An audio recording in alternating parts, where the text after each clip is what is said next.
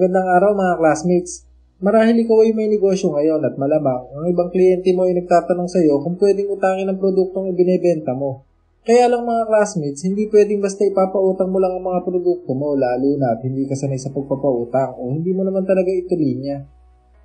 Madami kasing mga bagay na kailangan i-considera pagdating sa pagpapautang. Kaya nga kung mapapansin nyo mga classmates, may separate business model ang pagpapautang at ito ang role ng mga financing company. Kaya karamihan sa mga nagbebenta ng mga produkto, nakikipag-partner sila sa mga financing company kapag gusto nila magpautang. Para kung sakali na may mangyaring problema na hindi naasahan, hindi na ito po problemahin ang nagbenta ng produkto at bahala na ang financing company na maningil kay client base sa halaga na nautang nito. Kung mapapansin nyo din mga classmates, sa ibang lending o microfinance ay mayroon silang mga produkto na ibinebenta o ipinapautang. Ang ilang halimbawa nito ay mga appliances sa bahay katulad ng ref, TV, electric fan at iba pa na maaaring mapakinabangan natin. Pero ginagawa nila ito dahil alam na nila ang gagawin at alam na nila ang mga paraan kung paano malalaman kung karapat-dapat bang pautangin ang isang kliyente. Maaaring iniisip nyo na paano naman kung gusto natin na kayo na lang mismo ang magpautang sa produkto nyo. Yung tipong hindi ka na makikipag-tie-up sa financing company dahil maniningil lang naman ang pautang at iniisip mo na kaya mo din naman mag-assess dahil basic lang naman ang mga dapat tingnan. Well, yan ang tatalakayin natin dito ngayon sa ating klase mga classmates. Kung ano nga ba ang mga dapat tandaan sa pagsisimula ng pagpapautang. At ang una na nga dito mga classmates ay tandaan mo na madali kang maluloko ng papautangin mo. Alam naman natin na mataas ang risk kapag nagpapautang tayo, lalo na kung startup pa lang ang negosyo natin at hindi naman talaga natin ginagawa ang pagpapautang sa mga binebenta natin. Tumatagal kasi ang return o ang pagkolekta natin ng income kapag utang ang produkto. Kaya mahalaga na makita natin o makompute natin ang operational expenses natin kung kakayanin ba ng negosyo natin ang matagal na pagbabayad. Kapag kasi hindi natin ito alam, maaaring malugi o bumagsak ang negosyo natin once na maloko tayo ng kliyente natin at hindi matupad ang mga pinakako niyang petsa ng pagbabayad. At dito nga papasok ang ikalawa mga classmates. Tandaan mo na malaki ang chance na hindi ka mabayaran ng umutang sa'yo. Kung sa una mga classmates ay maluloko ka, magdo-domino effect na to at malamang na hindi ka na mabayaran.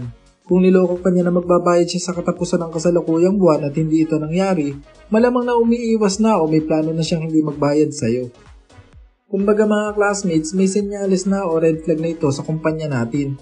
Sa mga ganitong sitwasyon, kailangan na mai-push natin ang operations department na makolekta o masingil ang utang sa atin ng kliyente dahil kapag tumagal pa ito ng tumagal, masasanay ang kliyente natin at hindi na lang magbabayad at magiging loss na ito ng opisina natin. Ang ikatlo naman mga classmates ay tandaan natin na may iba pa siyang inutangan bukod sa'yo. Ano ba ang effect nito?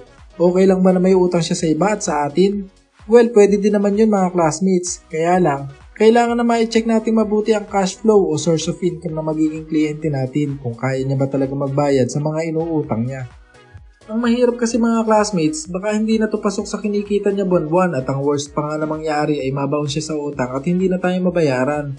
Kaya nga may tamang pag-assess o paraan ng pag-CCI sa mga kliyente kapag nangungutang ito para malaman ang mga ganitong sitwasyon kung kaya niya ba talaga magbayad sa mga inuutang niya.